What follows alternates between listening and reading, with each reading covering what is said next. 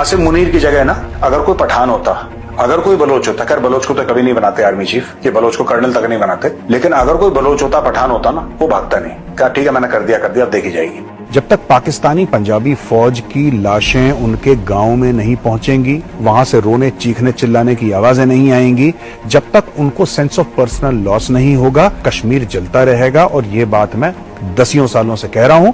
पाकिस्तानियों, ठीक है, पाकिस्तानी पंजाबियों, थोड़ी सी गैरत है, अपने आर्मी चीफ को बोलो, अपने आर्मी चीफ को बोलो कि कुछ करे, बोलो अपने आर्मी चीफ को, कसम महादेव की, सुअर बना के ना दौड़ाया ना, सुअर बना के, तो तुम देख लेना, तुम आओ बेटा। तुम बलोचों पर बात कर रहे हो, वो बलोच जो पाकिस्तान के सीने का फख्र हैं, जिनके बेटे वर्दी पहनकर तुम्हारी गिदड़ धमकियों के सामने चट्टान बने खड़े हैं। तुम्हें बलोचों की फिक्र पड़ी है, जिन्हें तुमने कभी कश्मीरियों, दल्लतों और सिखों की तरह इस्तेमाल करने की कोशिश की, मगर हमेशा मुंह की खाई। तुम समझते हो कि तुम्हारा जहरीला प्रोपेगेंडा हमारे अंदर दरार डाल देगा?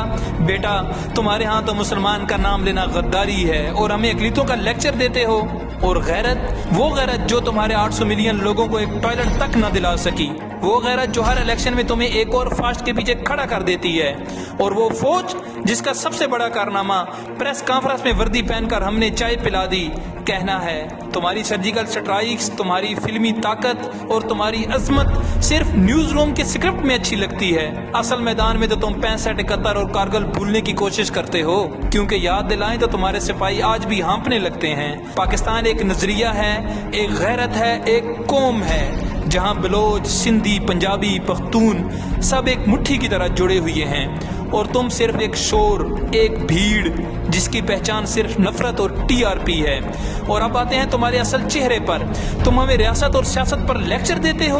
तुम्हारी अपनी जमहूरियत वेंटिलेटर पर है और कातिल कोई दुश्मन नहीं, तुम्हारी अपनी सरकार है। पुलवामा 40 जवान मारे गए, अपनी ही इंटेलिजेंस फेल हुई, लेकिन तुम्हारे लीडर ने इस पर वोट मांगे।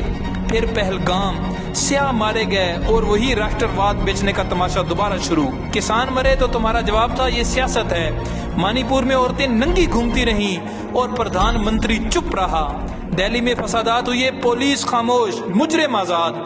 आज तुम्हारा नौजवान चीख रहा है हम बेरोजगार हैं, हमारी डिग्रियां रद्दी बन चुकी हैं, और तुम सिर्फ हिंदू मुसलमान का तमाशा दिखा रहे हो। ना तालीम, ना सेहत, ना अदल, सिर्फ नफरत का एजेंडा। तुम्हारी पार्लियामेंट में बहस नहीं, धमकियां होती हैं। तुम्हारे चैनल्स पर सहाफत नहीं, स्क्रिप्टेड नफरत चलती है, और तुम्हारे विश्व गुरु की असलियत अब खुद तुम्हारी आवाम खोल रही है। एक तो झूठ होता है, एक सफेद झूठ होता है। पहले से ही प्लानिंग होती है चैनलों पे क्या चलना है, क्या नहीं चलना है, और इन्होंने पत्रकारिता की मर्यादा को भंग कर दिया है। तो अब जनता को सोचना पड़ेगा और इनको जवाब देना पड़ेगा। मैं मणिदेव चतुर्वेदी पुलवामा पर खुलासा करता हूँ, इस पर पूरे चैनल चलाए। मैंने उसका पूरा समीक्षा किया, जो उसकी रिपोर्ट आई गलत है।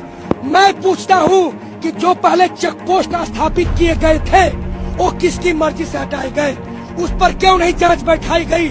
चेक पोस्ट का काम होता है, जो गाड़ियां आती हैं उसको चेक होता है, तो सारे चेक पोस्ट हटा लिए गए थे। जब तुम्हारे रिपब्लिक और इंडिया टीवी वाले झूठा परचम लहरा रहे होते हैं, तब तुम्हारा असल भारत तुम्हारी असलियत को यूट्यूब, इंस्टाग्राम और सड़कों पर नंगा कर रहा होता है। याद रखो, पाकिस्तान तुम्हें दुश्मन नहीं, आईना दिखाता है, और वही आईना आज तुम्हारी आवाम भी दिखा रही है, जिसमें तुम्हारी जमहूरियत का जनाजा, तुम्हारा गरूर और तुम्हारा जवाल साफ नजर आ रहा है।